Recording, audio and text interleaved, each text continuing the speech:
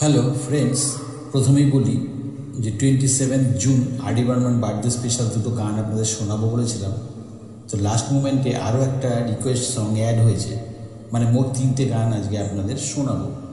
তো 3টে গানই অলরেডি আমি আগে একবার শুনিয়েছি, আজকে নতুন ফরম্যাটে আবার আপনাদের শোনাবো।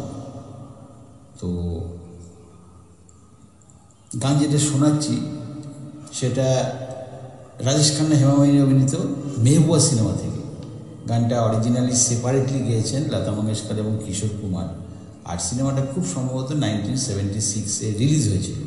তো আরও একটা কথা বলি যে আমি রুটিন অনুযায়ী সপ্তাহে প্রতি সোমবার এবং শুক্রবার আপনাদের একটা করে গান শোনাই। তো যেহেতু আজকে আমি একই দিনে 3টে গান শোনাচ্ছি আপনাদের, সেই জন্য নেক্সট সোমবার মানে 30 জুন কোনো গান আপলোড করা সম্ভব হবে না। আপনারা নেক্সট গানটা আবার শুনতে পাবেন 4 জুলাই শুক্রবার। যাই হোক, সুন্দর গানটা শুনতে থাকুন। Thank you all.